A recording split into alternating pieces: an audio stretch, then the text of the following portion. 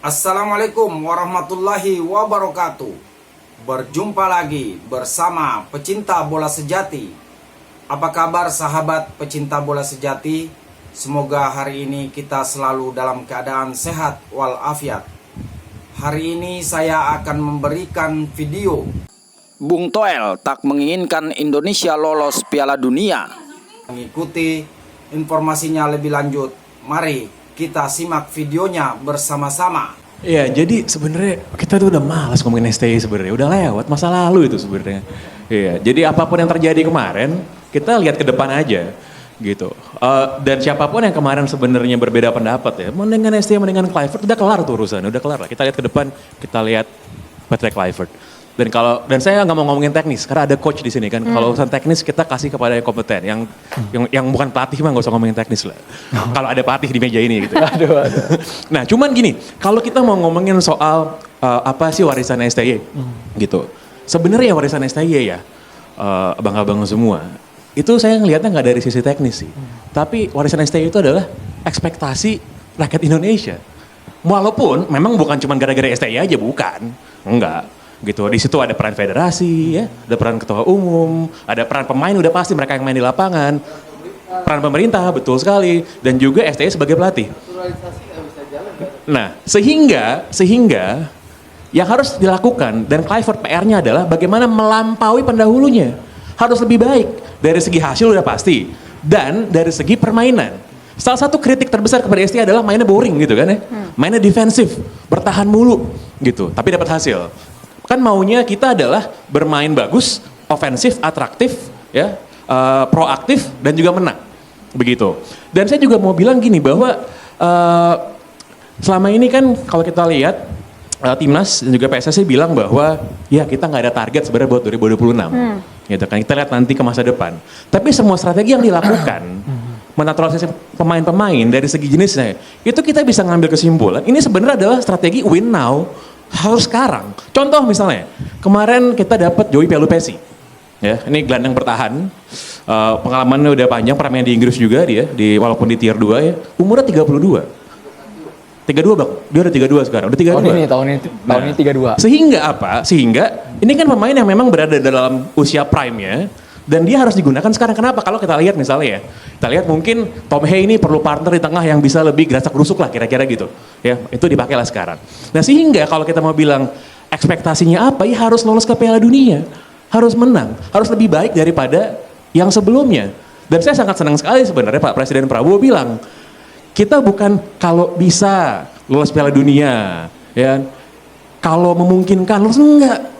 Mandatnya jelas, harus lolos ke Piala Dunia dan itu harus lebih baik dari yang sebelumnya gitu. Dari segi hasil, dari segi permainan. Karena ekspektasi ini gila loh. Kalau kita pantau sosial media, kita lihat saya semua kawan-kawan supporter timnas, itu ngomongnya, gue udah gak sabar nih lihat oleh Roma ini golin di Australia gitu. Ya. Gue udah gak sabar nih lihat kita ngacak-ngacak Australia. Dan memang betul kalau kita lihat Australia sekarang, ini mungkin ya skuad Australia 20 tahun terakhir yang paling B aja lah, yang paling biasa banget ya. Yang paling biasa banget gitu.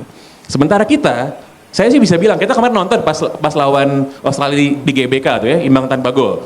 Itu pertandingan Martin Paes jadi superhero tuh ya, bener-bener jago banget lah. Nah, saya sih melihat Australia nggak ada istimewa-istimewanya sebenarnya. Walaupun mainnya away, kita expect Indonesia menang. Dan menangnya bukan cuma menang, tapi bermain atraktif, gitu, bermain ofensif, gitu. Karena kalau ternyata nggak beda jauh dengan yang sebelumnya, jadi kan orang jadi bertanya-tanya, jadi apa ya, keraguan-keraguan tersebut itu harus diredam. Karena kenapa? Bagi supporter timnas itu sebenarnya sederhana sebenarnya yang mau mereka lihat. Pengen lihat menang, pengen lihat berprestasi. Masalah soal pemain ini dari mana asalnya, lahir nggak di Indonesia, itu udah jadi omongan nomor 2, nomor 3. Sekarang kita pengen lihatnya menang dulu. Tapi dengan kata kunci melampaui itu masuk akal, realistis itu, melampaui pelatih sebelumnya. Harus melampaui, harus. Dari segi hasil nomor 1, ya, yang nomor 2 adalah dari segi permainan. Harus, nah, permainan ini kan bisa nggak? Permainan ini kan subjektif ya. Kalau misalnya nih ngomongin soal sepak bola indah, ngomongin sama Pep Guardiola sama Jose Mourinho misalnya itu beda banget. Yang satu yang penting main cantik, yang satu yang penting menang, gitu kan. Filosofinya berbeda, tapi hasil nggak bisa bohong kan. Nah disitulah sebenarnya kita bisa lihat secara kuantitatif nih ya, ada buktinya, menang nggak, lolos nggak, dan juga secara subjektif bagi supporter. Bagi penonton lihat, cantik nggak mainnya, bagus nggak, menghibur nggak. Jadi dua parameter itu saya rasa yang harus dilampaui oleh Patrick Kluivert dibandingkan dengan pelatih sebelumnya. Wow, coach, beban yang sangat berat untuk pemain kita, coach, luar biasa. Pelatih. Ngacak-ngacak Australia, ofensif dari awal. Iyalah, semua sudah dibahas ini soal naturalisasi diaspora, semuanya lah. Menurut saya stop lah banding-bandingkan STY dengan Patrick Kluivert yang sekarang. Ayo kita dukung Peter, tantangannya berat. Harapan kita ke depan tim ini lebih bagus lagi, tim nasional kita, dan lolos. Hentikanlah bandingkan. Saya nggak setuju kalau Sintayong nggak punya jasa, ada jasanya Mas. Pasti itu, ya. Tetapi pergantian pelatih dimanapun itu Arab Saudi ganti pelatih kok, gitu. Jadi wajar-wajar, Australia juga wajar-wajar saja gitu. Apa sih mau ganti pelatih itu, apa sih tujuannya? Federasi mau tim ini lebih bagus dan lolos ke Piala Dunia. Itu yang kita dukung, bos. Udah jangan balik lagi ke STY lagi loh. STY kita respect sama STY, dia punya jasa. Itu pasti gitu loh. Tinggal bagaimana sekarang harapan kita dengan persiapan yang mepet ini, pelatih yang baru ini, Peter ini, bisa memaksimalkan nanti dan seterusnya, pertandingan seterusnya lebih baik lagi dari STY. Itu yang paling penting. Udah jangan balik ke belakang lagi. Sudahlah gitu. Kenapa STY lagi dibawa di sini? Nggak ada. Dan beliau kita respect sama STY. Mereka jasanya juga banyak. Beliau jasanya banyak dan beliau dan kawan-kawan. Dan sekarang kita sokong ini Patrick dan kawan-kawan juga gitu loh. Tujuan kita apa sih? Kita ke Piala Dunia itu aja. Tadi soal pembinaan sudah dibahas semua. Saya setuju lah semuanya ini. Tapi kalau membandingkan STY dengan Patrick, saya bilang ini nggak fair gitu. Ayolah kita dukung tim nasional kita, mudah-mudahan nanti kita minimal 1 poin dan atau 3 poin. Itu saja, terima kasih. Soal komposisi naturalisasi nggak masalah, coach. Soal komposisi naturalisasi, dominasi nanti pemainnya, Tadi sudah dibahas sama Bung Joy, pembinaan. Saya setuju. Betulan saya kan juga ngajar pelatih saya instruktur juga. Instruktur pelatih sudah kita perbanyak di departemen teknik, ya kan? Harusnya mereka juga ada kerjaan, ada tempat untuk membina anak-anak itu gitu. Jadi saya support Bung Joy ini, kompetisinya harus jelas.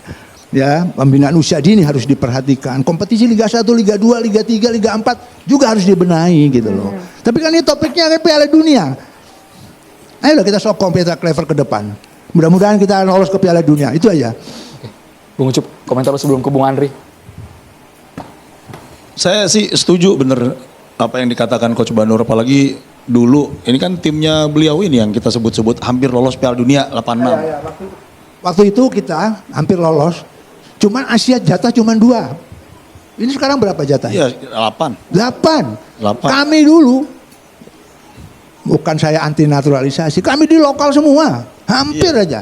Kalau kita menang sama Korea, tapi siapa yang mau menang sama Korea gitu kan? Gitu loh. Hampir lolos kita waktu itu. Kita juara subgrup Asia. Grup 3B. Ya, Jepang ke sana. Dan cuma 2 bos. Ini 8 loh. Makanya ini momentum yang kesempatan yang besar kita ke Piala Dunia. Ayo kita support tim nasional yang sekarang. Terima kasih. Oke. Bung Ucup. Iya, sebetulnya kita belum pernah sedekat ini ke Piala Dunia kan. Jadi kalau kita selalu bersepakat bahwa kita ingin melihat, ya maksudnya 2 babak lagi kan, hampir sama gitu. Dan waktu itu peserta cuma 2. Nah kalau saya ginilah, tahun 2012 saya pernah bikin film yang cerita Indonesia lolos ke Piala Dunia. Ya tapi bukan dengan pemain diaspora sih, tapi intinya dengan impian lah, sebuah universe yang saya ciptakan sendiri. Waktu saya kecil saya selalu sebelum kemudian jadi filmmaker saya suka nulis cerita-cerita Indonesia ke Piala Dunia. Jadi kalian ini kalah lah sama Ai. 80 udah duluan nulis. Ketika timnya Bang Banur kalah 1-4 di GBK, saya ingat itu saya nonton dari stadion pulang, saya bikin catatan tuh Indonesia ke Piala Dunia. Nggak pernah kejadian. Jadi kalau hari ini lolos ya saya senang-senang aja. Karena kan memang semua orang pengen, apalagi anak-anak yang muda-muda yang bilang seumur-umur pengen lihat negara di Piala Dunia. Ya saya duluan dari mereka kan. Pengen lihat apa Rizky Ridho nekel Messi gitu kan. Nggak mungkin. Misil Girls. Jadinya maksudnya poinnya adalah apakah semua kita mendukung? Ya kita mendukung. kita mendukung semua kan, dan kita akan punya kebanggaan bahwa bendera itu ada di stadion, nyanyi bareng-bareng. Jadi memang sudah tidak pada tempatnya lagi kita membicarakan STY ini. Seneng nih berdua, apalagi Bang Toel. Saya curiga Bang Toel datang ke sini karena STY, oke saya berangkat. Ya. Sebut-sebut lagi Bung Toel. Ya, jadi artinya itu tujuannya kan. Federasi salah satu tugasnya kayaknya adalah membuat timnasnya mencapai persen tertinggi. Nah ini targetnya. Dan kita semua akan tahu lah kalau hari ini tim ini ke Piala Dunia, ini akan dikenang terus-terusan kan. Karena prestasinya belum tentu bisa diulangi 30. Belum tentu bisa diulangi 34 seperti itu. Artinya ya kita harus bicarakan masa depan, bicarakan Kluivert. Jadi coba tolong itu debut di bawah bayang ST. Saya curiga nih judul dikasih sama Bung Toel. Bung Toel, Ada hak bukan ya jawab? Bang ya? Bukan kan ya Bang ya? Bukan judul dari Bung Toel kan nih Bang? Ya sama sekali bukan lah. Itu kan gak perlu dijawab juga. Gitu loh. Tapi sebetulnya menarik. Kan tadi Ucup bilang kita semua mendukung. Iya, tapi sayangnya model saya yang berkarir sebagai jurnalis lalu jadi pengamat sama seperti Bung Joy, kita berpikirannya nggak cuma mendukung gitu loh. Kami mau mengingatkan, kami mau bersuara kalau misalnya supaya ingat gitu loh. Bukannya PSSI-nya nggak ingat, nggak tahu, bukan. Mendukung bukan berarti mengingat STY ya. Ya. Apa? Nggak mengingat STY Iya kan? jangan STY. Katanya jangan STY lagi katanya. Katanya sudah jangan ingat yang sebelum-sebelumnya. Pelatih emang senang begitu. Jadi Mendukung maksud bukan saya gini, berarti ya. bukan nggak ngerti lah namanya football development segala macem. Tapi ini sesuatu yang memang jadi mimpi gitu loh. Jadi mimpi yang pokoknya harus diambil. Nah, saya sendiri nggak ngelihat cuma itu. Tadi Pange udah jelasin memang sekarang publik, awam, netizen atau siapapun hanya mau menang lolos. Oke, betul. Makanya Kluivert tanpa harus diomongin kursi panas itu. Target 2 pertandingan Maret ini minimal 4 poin. Tapi apakah menang juga jadi hambatan? Menurut saya enggak. Menang pun punya peluang gitu untuk menang dengan materi seperti ini. Ditambah-tambah lagi. Pange bilang Australianya B aja sekarang bener.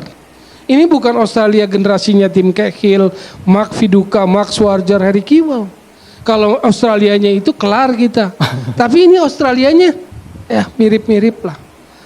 Apalagi kalau mainnya kayak Graham Arnold waktu 0-0 di GBK. Itu aja kita harus dengan pertolongan Martin Paes. Makanya yang saya mau lihat besok adalah selain kita berharap menang, pendekatan mainnya seperti apa.